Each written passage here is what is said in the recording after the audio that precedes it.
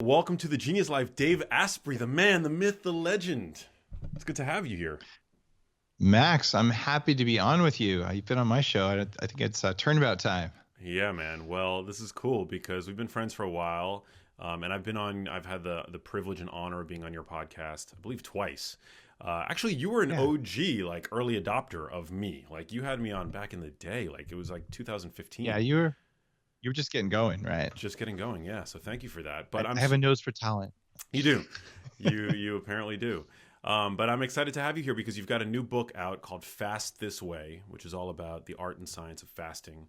And I'm excited to do a deep dive with you because you've actually been, I mean, to your credit, Dave, you've been an early adopter of many things. Like you sort of were first to market with collagen, which has now become a huge Yep. industry.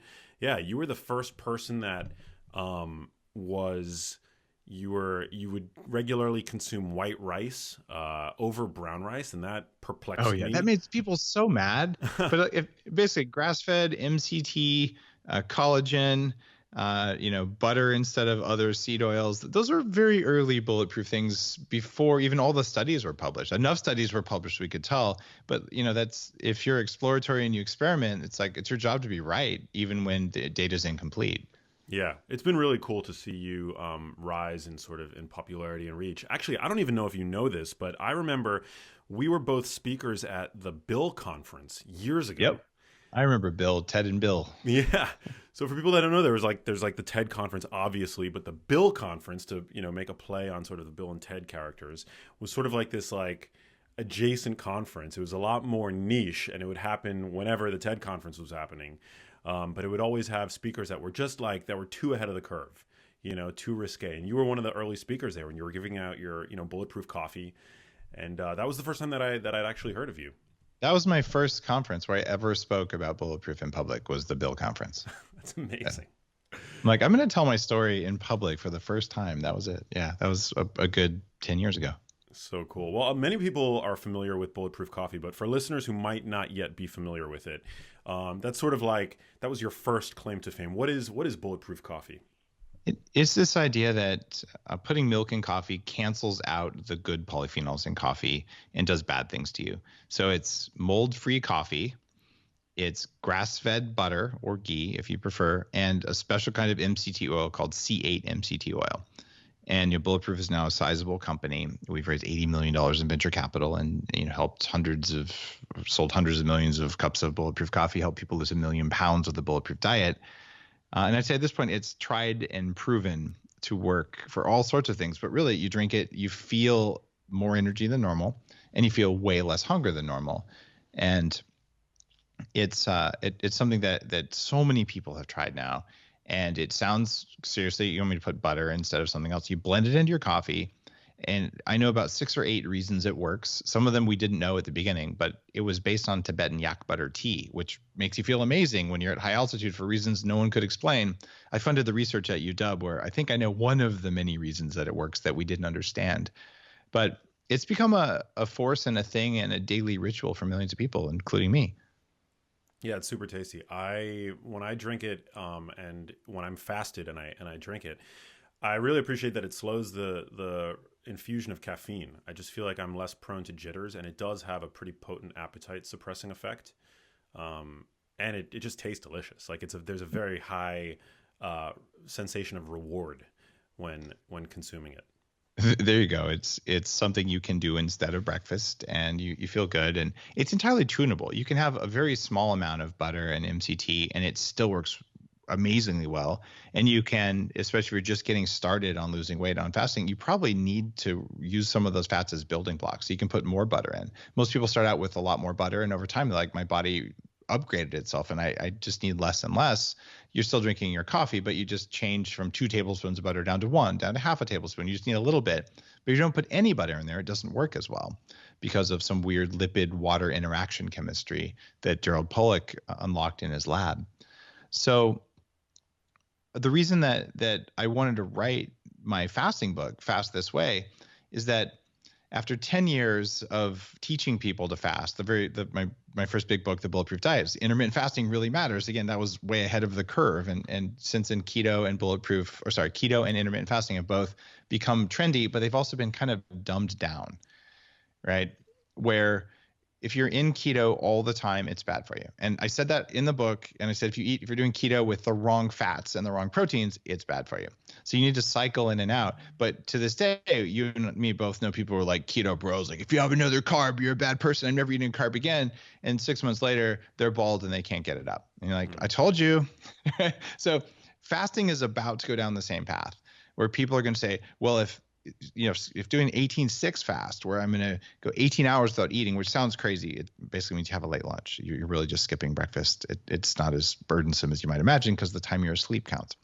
But if you're doing that, well, that means 1 meal a day must be even better, which is I'll just have one dinner every other day and I'll do it with unending things. And what happens, women break before men, but you can overfast, you can over keto, you can over-exercise. So as humans who want to perform well, we always want to do more. And I wrote Fast This Way because there's actually two kinds of fasts. There's the fast for performance and metabolism, where you get the performance now and you get the metabolic benefits now and over time. And there's another kind of fast, which is a spiritual fast, which is where you actually do a longer fast, but you stop and you rest and you reflect. And my heart kind of breaks because I've done this. When someone's like, oh, I'm going to do a 3-day fast and I'm going to only have water and I'm going to work the whole time. And like, what's going to happen is you're going to severely stress the system and you're not going to get the recovery you need. Whereas traditionally you'd say, I'm going to go fast on a couch or in an ashram or in a cave and you're going to chill.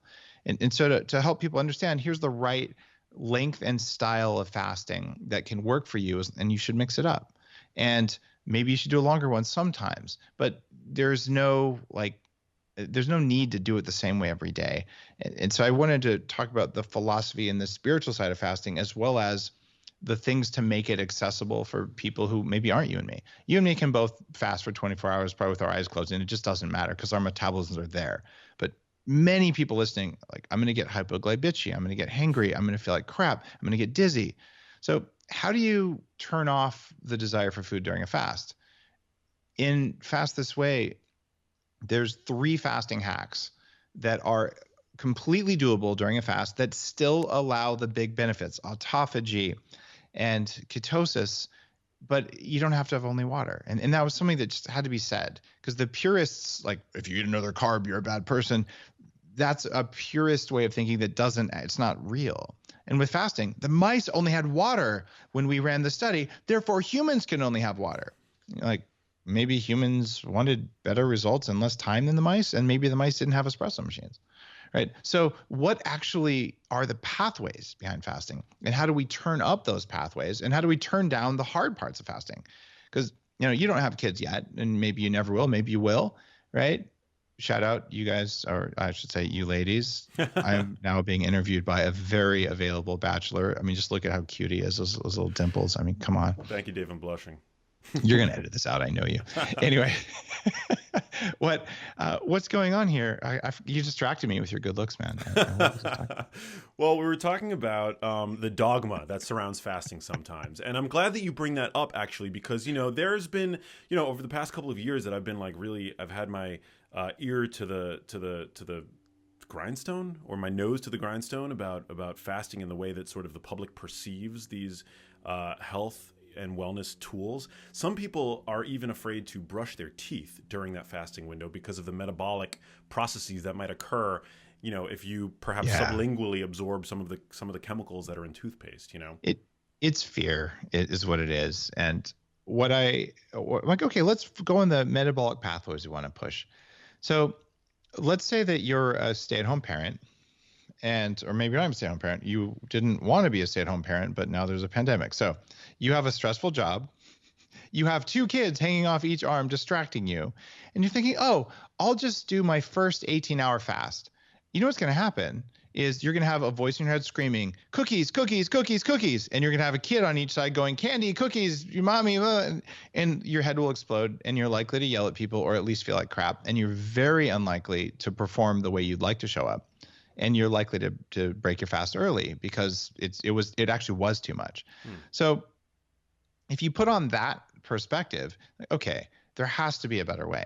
And the 3 fasting hacks in the book that make the water purists mad, but they're the ones that work for the vast majority of people who are 300 pounds the way I used to be, right? And it's number 1, just a cup of black coffee. I'm going to recommend mold-free coffee as being better, but the amount of caffeine in 2 cups of coffee doubles ketone production, according to a study from UC San Diego.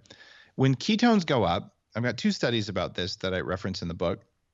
When they go up just a little bit to 0.4 or 0.5, which is not full-blown ketosis.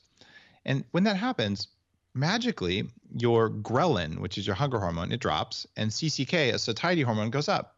So just black coffee is enough for some people to go, oh, I fasted without pain. The next level up from that, yeah, it's Bulletproof Coffee. It won't change my life if every listener does or doesn't drink Bulletproof at this point. It's a successful company because the stuff works. But I'm going to talk about it in the context of making a fast easier. And no, you don't have to buy my stuff. You can take whatever butter and whatever, like the results might not be identical, but they'll be directionally accurate. And what you do there is you put a little bit of grass-fed butter and some C8 MCT oil. There are other brands who copied Bulletproof, although I've got to say mine is special, but whatever, right? You put it in there, you blend it. Now, people are saying, but you had calories. That can't be fasting. The definition of fasting is to go without. Most traditions that have fasting would actually tell you, oh, drink some tea. It wasn't water. Or put some salt in the water. Or have some lemon. There's all sorts of different ways of doing it. The reason this works is because your insulin stays constant. Third parties have validated that Bulletproof Coffee doesn't move insulin at all. In fact, of 300 breakfasts they tested, it was the number 1 breakfast that had no effect on insulin. And keeping your insulin stable is part of fasting. The next thing that's part of fasting is keeping autophagy, which is when your body goes in and digests its junk. You need to keep that high. Well, we know that if you don't eat protein, autophagy stays on. So now you have this coffee. It might have had 20 calories of fat. It might have had 100 calories of fat. It doesn't really matter because what you did is you boosted your ketones, you turned off hunger, and you maintained autophagy. And now you can make it through the fast without any distractions. Someone puts a muffin in front of you and you don't care. Whereas before, if you have water, you're like shaking, wanting the muffin, and maybe it'll win, maybe you'll win, but your willpower was depleted. And so if we want to be nice, this is an acceptable fasting hack that works. And the third fasting hack that is in the book that no one has written about in the context of fasting, because it's almost like, what's the word, distasteful, or it's cheating to basically say, I didn't want to suffer. Like there's some sort of reason to suffer more than is necessary. Well, it's prebiotic fiber. So prebiotic fiber cannot be digested by your body. So it doesn't raise insulin, and it has no protein in it, so it doesn't change autophagy. But prebiotic fiber, when you're fasting, it gives you regular stools. A lot of people who fast or do keto have constipation issues. It'll solve that. It'll feed the good bacteria, and when they eat it, they make butyric acid, which is a short-chain fatty acid that drives ketosis. So all of a sudden, if you're not fasting to change your gut bacteria, in which case you'd want to do something that doesn't have prebiotic fiber, but for many people that actually is helpful during a fast because it suppresses hunger in many studies and it makes you live longer in something like 50 or 60 studies. It's a big part of my anti-aging book. So I'm like, wait a minute, I got to put this in my coffee or even into your water. And if between prebiotic soluble fiber, not Metamucil, not sawdust, but the stuff that just disappears into water, plus a little bit of the right kinds of fat, plus some caffeine, if that means I didn't notice I was fasting and I got metabolic benefits of fasting and I did it over time, which made it easier for me to do a water fast if I decided to do that, why would I not take the easy road and get the benefits? Why would I not turn down my risk of diabetes, Alzheimer's, cancer, and cardiovascular disease without pain? That's the point of this. And then the other point is there's a spiritual side to this we could talk about too. Yeah, it's interesting that you bring spirituality into the fasting equation. But just before we leave this topic, so prebiotic fiber, I think few people realize this, but coffee already has a little bit of prebiotic fiber in it. Yeah, 1 or 2 grams usually. 1 or 2 grams per cup. So what type of prebiotic fiber, as the third fasting hack, do you recommend experimenting with and putting in your coffee? There are a bunch of formulas out there, and I'll talk about the one I formulated for Bulletproof. And again, guys, you don't have to buy anything Bulletproof for this. You might want to, you might not. That's fine. So the one that I put together is called Inner Fuel. And the primary ingredient is acacia gum, which is a sap from a tree that feeds good gut bacteria. It's got hydrolyzed guar gum, where you take enzymes and you break down the guar so that it feeds gut bacteria. And there's clinical studies for the amounts of what are in there that say they feed the good species. And there's also larch arabinogalactin, which is another basically plant sap. So these are special plant soluble fibers that don't come with all of the other toxins. If you eat the rind and skin of a plant, you get lectins or you get oxalates, you get things that actually make you hungry. And this is just the purified parts of the plant that feed the bacteria. So you do that, like, oh, my body thinks I didn't eat, but I'm not hungry. You're like, yes, that's acceptable. And that's something you can do most mornings without suffering, without pain, without willpower. And then you take your willpower and use it in your career, use it to support your family. And it's a working fast. And you will, if you do that for 6 months, at the end of 6 months, you say, you know what, I could take it or leave it. Like, I built myself a healthy metabolism. Or maybe like me, it's going to take you 2 years because you weighed 300 pounds and because I was a vegan for a while, which really wrecked my cellular metabolism. I had to recover. So however it is, I know that if you do that regularly, your ability to say, some days I just have black coffee because I like it and that's it and I'm good to go. Other days you don't. For instance, today, for me, it's about 1 p.m. This is book launch day. I started going on TV shows. I was on Good Day New York at 6 a.m.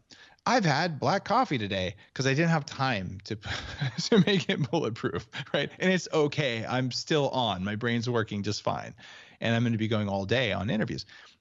That's because my metabolism is trained. But if this was my first day fasting, I would be a complete garbage fire and I wouldn't be able to focus. So I really want millions of people to do this. Yeah. Something else. Go ahead. Well, I definitely appreciate that.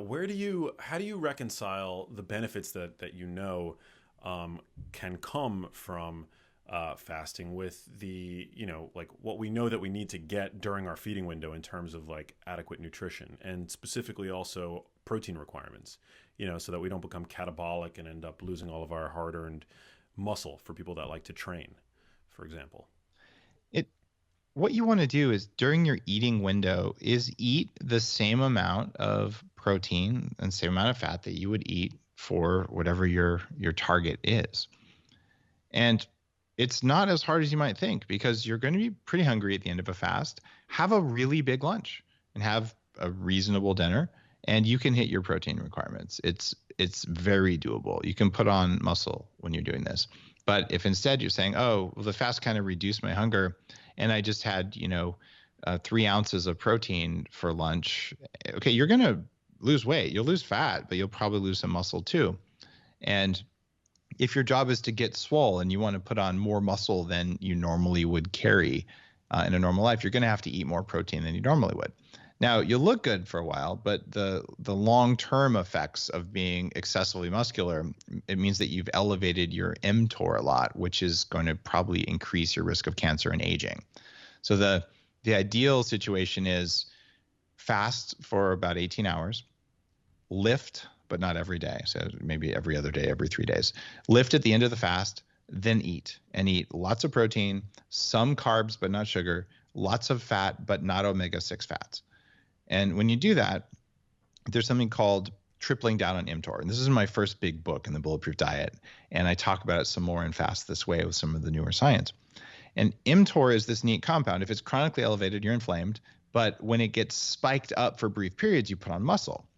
And the 3 things we know that crunch it down, which is what you want to do, you suppress it, and then it comes bounding forward. And if you didn't suppress it, it doesn't spike very much. So you're suppressing it with fasting. You're suppressing it with exercise. So while you're exercising, it goes down. And when you finish exercising, eat, it goes up. And coffee also suppresses mTOR. So you're like, wait a minute. You mean I skip breakfast, have some coffee, end of the fast, I do literally 50 air squats, some push-ups, maybe a couple pull-ups. Okay, I've got enough. Those are the major muscle groups. And maybe you want to go do biceps or whatever, but it doesn't have to be a long workout. Do resistant bands or whatever, electrical stimulation, whatever makes you happy. Mm-hmm. And then like pound the protein, have some carbs to get your IGF-1 up, but not spike it. And then the mTOR comes surging forth and you put on muscle faster than you would otherwise. That's the way to combine exercise and fasting. There's a whole chapter in Fast This Way on how to do that. Yeah, so you talk about fast, or you talk about exercise at the end of your fast, which is very interesting because a lot of people I think are left wondering when reading about the benefits of fasting or the potential benefits of fasting, where and when to fit exercise within that paradigm. So you argue to fit it, to try to do it towards the end of your fast, so that immediately after your exercise you can then crush the protein. And also because of that mTOR suppression and then rebound. The other thing is, if you exercise, say, in the middle of your fast, you probably can do it, especially if you're young, right? Young people generally have a lot more, we'll call it life force, vital energy, whatever you want to call it, just more resilience, right? Their cells have taken less hits, you've accumulated less toxins, and you can generally handle things.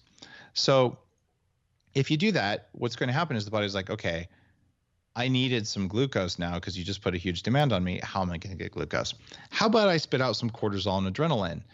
And that will break down muscle and raise your glucose. Yay. Now the muscles are happy that they got glucose. So is the brain, except you just broke muscle down to do it. Not a good strategy. That said, if you have a choice between not working out and working out in the morning, you could just say, okay, today I'm going to work out when I wake up, and then I'm going to have breakfast and lunch and not have dinner and still do an intermittent fast, and that's okay. But I am not a fan of exercising and then staying fasted for long periods of time. Some people do it, some people like it, but it doesn't seem to line up well with our biology. Yeah, I'm very aligned with that. When I work out fasted, which I actually quite enjoy doing, I feel like I get some energetic benefits from, the spike in catecholamine, neurotransmitters, and the cortisol.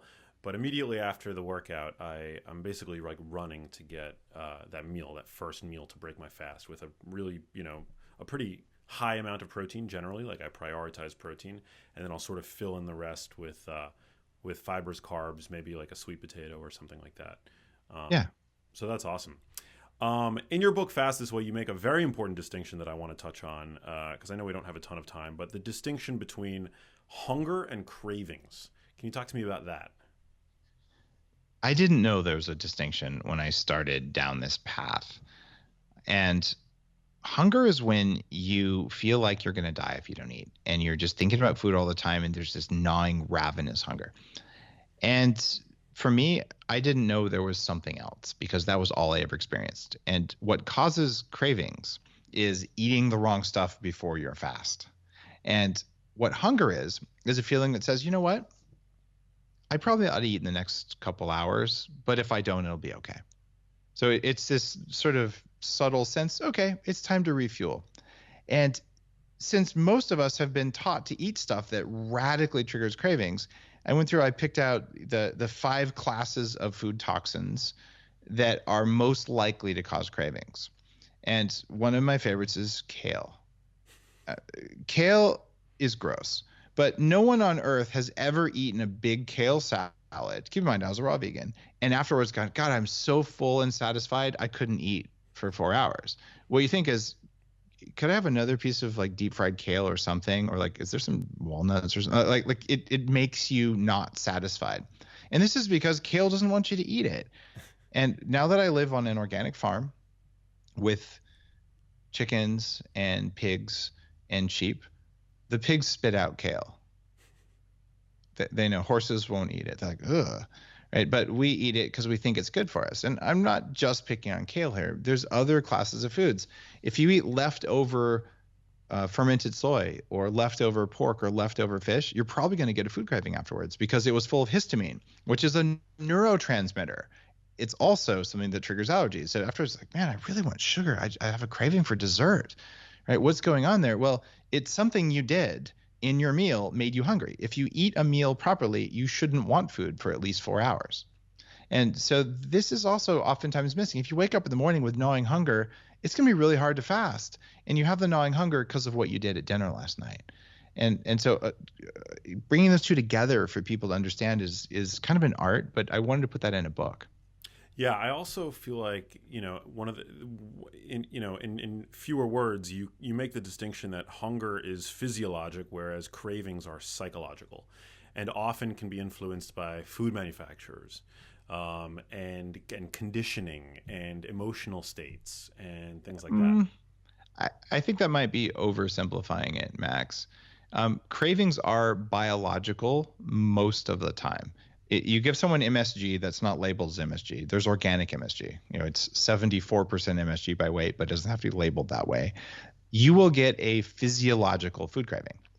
And if you're lonely or bored, you may get an emotional food craving, right? So food cravings are slippery, but the vast majority of them, the really intense ones, are physiological. And then the ones that are like kind of always present, like, oh man, I'm not that hungry, but I feel like eating right now. That's usually boredom and psychology and loneliness and things like that work in. And those are both different sensations than hunger. And fasting, the good thing is it teaches you how to feel the difference between, oh, and I guess I could eat. And one of the things I'm doing, Max, for the first time is I'm teaching my book. And I was a teacher for 5 years at the University of California, and I love teaching. And I just realized I've been writing all these books, but never taking the time to go teach it to people. So when people get Fast This Way and they read it, I'm doing a fasting training for 2 weeks where I'm just teaching people for free as a gift how to do the fasting. And we're doing this with more than 20,000 people all at the same time with training every morning, live Q&As, all that. I'm not asking for money for it. I just want people to learn. And doing fasting in community is really cool. And I know a lot of your followers do stuff with you. You're always just out there on Instagram like, hey, this is what I'm doing, like join me. And so doing things like intermittent fasting with people is really important. And I'd say, guys, if you want no cost, I'm not asking for anything, go to fastthisway.com. And because the book's coming out right now, you pick up your book, read it, I'll teach it to you, and then you get to talk with other people as well as live Q&As, because I think it's so important, especially now when people are freaking out. There's all kinds of stress. What if we turn off food stress? What if we turn off even some of the, oh my God, if I don't eat 6 times a day, I'll go into starvation mode. That takes it from food stress into fear stress.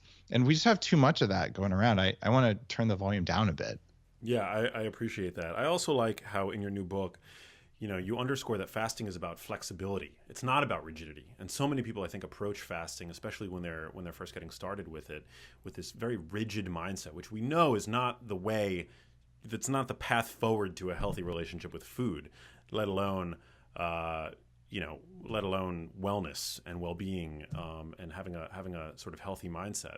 So what are some of the how do you recommend that people listening should get started with your method that you advance in your book?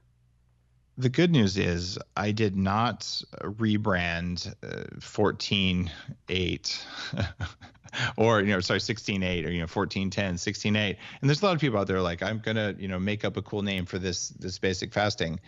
There is a fasting roadmap that is also free that has the basic info that's in the book. You can get it. It's also on the Fast This Way website. And the way to get started is, let's say you're overweight, right? And let's say that you've never fasted before. There is good evidence that a 12-hour fast is a good place to start. And you can work your way up to 14. And you don't have to do it every day, especially for women with substantial weight to lose. Every other day is a really good way to do it. And I've interviewed people on Bulletproof Radio who did studies, studies especially of women, who found Monday, Wednesday, Friday doing a 16 or an 18-hour fast, their ketones rise over the course of the week. They're getting metabolic benefits. This is a very gentle program, which is a lot easier on your willpower, but it's also easier on your body as you get used to it. It's like starting an exercise program. You don't just like go start doing the CrossFit WOD of the day because you're not ready yet. You got to get into it. So the way you get started is have dinner a little bit early. Earlier is always better. So eat dinner at 5 or 6 instead of 7 or 8. Target at least 3 and ideally 4 or 5 hours before bedtime. And the reason you do that, it's okay, you finish dinner at 6, you go to bed at 10, you got 4 hours before bed. Say you sleep for 8 hours. You just did a 12-hour fast. Congratulations. Just by having an early dinner, it wasn't that hard, right? And then you say, okay, I can do better. I'm going to have breakfast at 10 a.m. instead of earlier. Look, you just did 14, 16 hours. And say, oh, maybe I'll go till noon. Okay, congratulations. You did an 18-hour fast, but you really just told yourself you skipped breakfast, right? Now, most people, including me when I was overweight, at around 10:30 or 11, you get like cold, shaky, and everyone around you turns into a jerk. And what's going on with that is, okay, you didn't have the metabolic resilience, the blood sugar regulation, all you needed. So your body's freaking out and you don't feel good, and now you're not showing up the way you wanted to because it's the middle of the work week. You're not at a fasting retreat. So that's when the fasting hacks come in.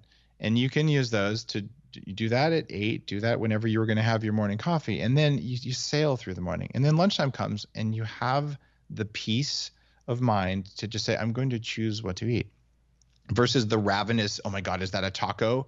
Right? The mindset difference, it's hard to even put words to it. And this is my first book where I fasted in a cave for 4 days because I was afraid of being alone. And I was afraid of being hungry. And I hired a shaman to drop me off. And I tell the story of it. But the reason behind writing a book on fasting, dude, a book on fasting is easy. Step 1, don't eat for a while. Step 2, it's good for you. There's plenty of books full of science like that. And the science is in here, but it's more about how do you actually do it that mattered to me. So the way to get started is do at least 12 hours 3 times a week. Everyone can do that. And then go up from there. Few people benefit from doing 1 meal a day every day. It's usually too much. And that's the fasting trap, which is the same as the keto trap, which is the same as the vegan trap. If some of it's good, more must be better. And the truth with fasting, the truth with keto, the truth with even going on a low protein kind of plant-based thing, short periods of time, mix it up. And that seems to be what works better for almost everything. Yeah, I mean, fasting is a stress on the body. It's a type of hormesis. And I think that one of the amazing things about it is that it can foster anti-fragility, right? But as you mentioned earlier in the interview, if you're already dealing with a cup that's overflowing with stress, if your allostatic load is already very high, you've got kids screaming, you've got job stress, you're in the middle of a move, then those extended types of fasts, like the 1 meal a day, OMAD style fasting, could be too much for you. And that could actually, push you in the wrong direction. It could actually cause health problems as a result. It does. In fact, I just did a Clubhouse earlier, but I'm at Asprey on Clubhouse. Are you on Clubhouse yet? People I feel like are talking about it, and I don't yet know what it is. So yeah, I'll send you an invite. There's it's invitation only. I'll get you one after the show. Cool. But it's basically a way to have just this conversation with people who just want to step up, if you're at a bar or something. It's pretty fun. But one of the ladies who came on, she's like, Dave, I did OMAD for 2 months straight, every night, every day, 1 meal a day. She's like, and every time my body starts to not feel good, I get acidic and I don't smell good and I don't like my life. So I fail every time, but I keep trying to do it. And I'm like, well, here's the deal. You're doing it wrong. You're overdoing it. So if you did OMAD once a week or twice a week, or if you did slightly shorter fasts some of the time, that mixing it up thing, then it becomes a sustainable practice for decades that will make you live longer. But it's that just sort of jumping in all in, it doesn't work. Just like when I worked out 6 days a week, an hour and a half a day for 18 months to try to lose weight. At the end of that, I still weighed 300 pounds and I had sore joints. I was strong, but I stayed fat because I was overtrained. Yeah, well, we don't have that much time left, but there's one thing that I have to bring up before I let you go, and this is a post that you posted on Instagram that 1 million people must have sent me. It was a photo of hummus and kale, and you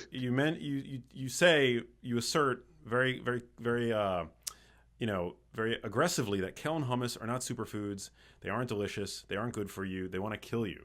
And I have to bring that up because I actually happen to like kale. I like kale salads. I just want to push back a little bit on that.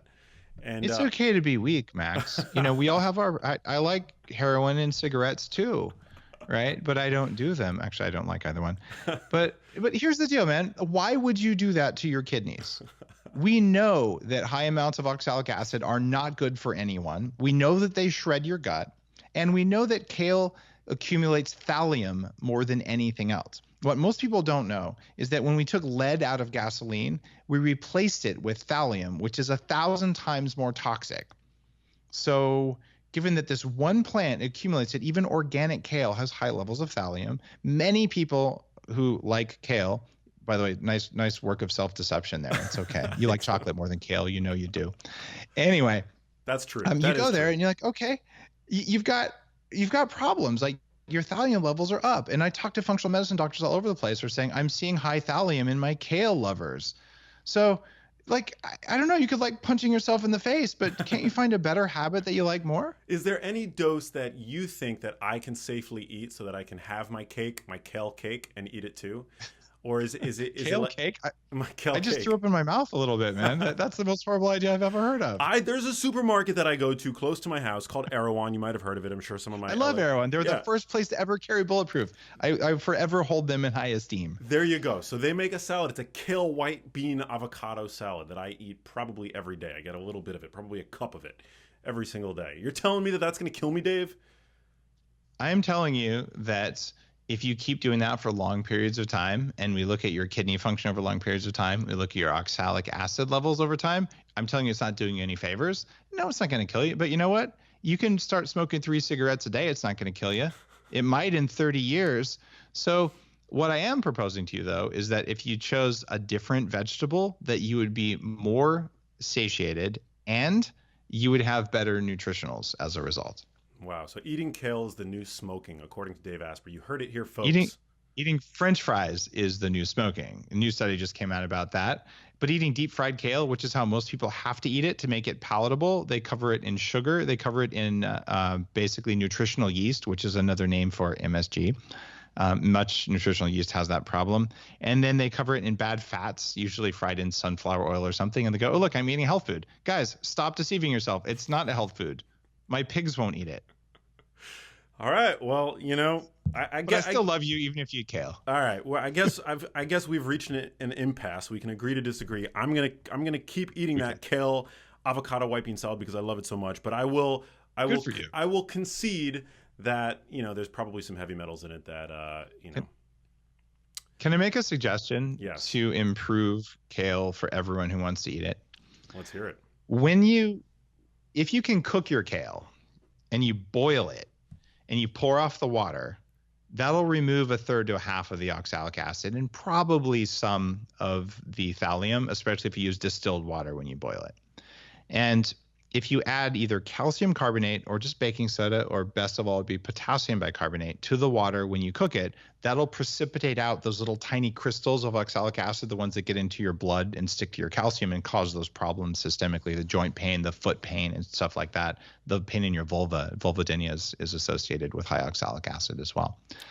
So you can get it out with cooking it. And that's why raw kale, which is like your self-flagellation salad there, it's like it's the hardest one on you. But even if you're going to do raw kale, if you were to take a little baking soda or a little bit of potassium bicarbonate with it, so that in your stomach the crystals will form instead of the oxalic acid absorbing and forming crystals in your blood, that's a really good practice to stay young and then to have your kale and eat it too. Wow, that sounds useful. I'm going to give that a shot. I always learn something new when I talk to you, Dave. That's why I love being able to call you a friend, and I'm so grateful that you've taken time out of your busy book launch schedule to jump on the Genius Life with me. I'm sure my listeners very much appreciate it. I've got one last question for you, but before I let you go, where can listeners find you on social media, and where can they pick up your new book? I'm Dave.Asprey on Instagram. You can buy Fast This Way anywhere you like. And if you go to fastthisway.com, I'll show you all the places you can buy it. But more importantly, 2 weeks of free training with me, just because I really want people to learn the nuances of not over fasting, not under fasting, and just getting it right. So 2 weeks of quality time with 20,000 plus people doing it together. Fastthisway.com. That's awesome. Last question I guess I ask everybody on this show. What does it mean to you to live a genius life? Wow, that is a really interesting question, and I didn't think of an answer ahead of time. Let me think of this. Well, it'll be a little philosophical and probably not a one-sentence thing, which would be really nice. But when you look at what a genius is, people think about, Einstein, these super smart people, but geniuses are weird. They always are. They're abnormal. And there's bad abnormal and there's good abnormal. So when I think about leading a genius life, it means leading a life where you do what's right, you do what works, and you do it unapologetically. I love that. I got goosebumps just listening to you answer that. It's beautiful. Well, thank you for your insight. This was really fun, and I hope Fast This Way is successful. I'm sure it will be. Thank you again for your time. To all you guys out there in podcast land, thank you for your attention and for taking the time out of your busy day to listen to this episode of the show. Text me to let me know what you thought of it. My number is 310-299-9401. Share this episode with your friends and loved ones, and I will catch you on the next episode. Peace.